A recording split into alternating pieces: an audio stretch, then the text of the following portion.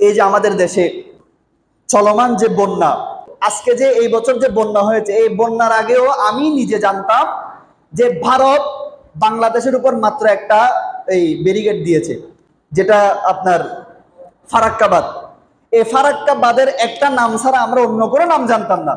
কিন্তু এই বন্যার পরে আমরা জানতে পারলাম বাংলাদেশে ইন্ডিয়া থেকে যতগুলো নদী ঢুকেছে 95% নদীর উপর তারা বাঁধ নির্মাণ করে দিয়েছে, বলে নাউজুবিল্লাহ। তাহলে চিন্তা করেন ইন্ডিয়া আমাদের উপর কেমন করে পানি বন্ধ করে দিয়েছে।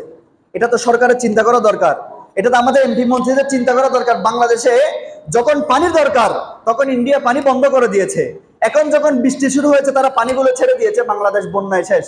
আপনার কি বলে, গরমের সময় বাংলাদেশে পানি নাই, বৃষ্টির সময় বন্যা। এই যে দুর্যোগ, বাংলাদেশের চাষবাস বন্ধ হয়ে গেছে, নদীগুলো মরে গেছে। প্রত্যেকটা নদীর একটা ফ্লো আছে, একটা স্বাভাবিক একটা চরিত্র আছে, স্বাভাবিক একটা বহমান নদী। এটা যখন বন্ধ করে দিয়েছে, এখন নদীগুলো শুষ্ক হয়ে গেছে, নদীগুলো শুকিয়ে গেছে, পানির রাস্তাগুলো অপরিষ্কার হয়ে গেছে, ময়লা হয়ে গেছে।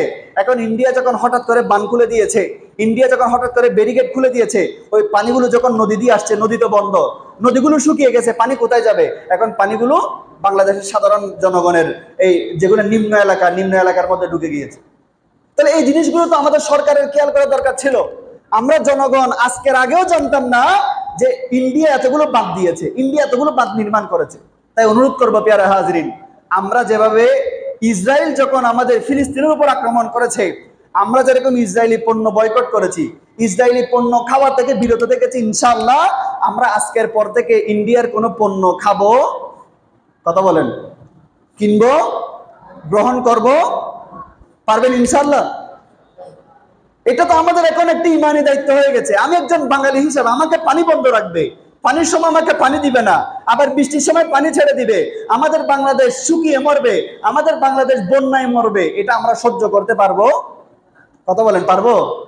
তাহলে আমাদের দায়িত্ব কি? আমরা আজকে থেকে আমাদের বাংলাদেশি পণ্য যেগুলো আছে আমরা ব্যবহার করব, প্রয়োজনে না খেয়ে থাকবো, তারপরে ইন্ডিয়ান কোনো জিনিস আমরা খাবো, কিনবো। এটার জন্য আমাদেরকে শক্ত হতে হবে, ইনশাআল্লাহ আমরা পারবো। হয়তো আজকে কষ্ট হবে, কালকে কষ্ট হবে, কিন্তু আমরা যখন আমাদের দেশি পণ্যগুলো ব্যবহার করব, আমাদের দেশি কোম্পানিগুলো তারাও উৎপাদন করতে পারবে, তারাও আস্তে আস্তে এগিয়ে আসতে পারবে। এটার জন্য সবার সহযোগিতা প্রয়োজন, এটার জন্য সবার এগিয়ে আসা প্রয়োজন।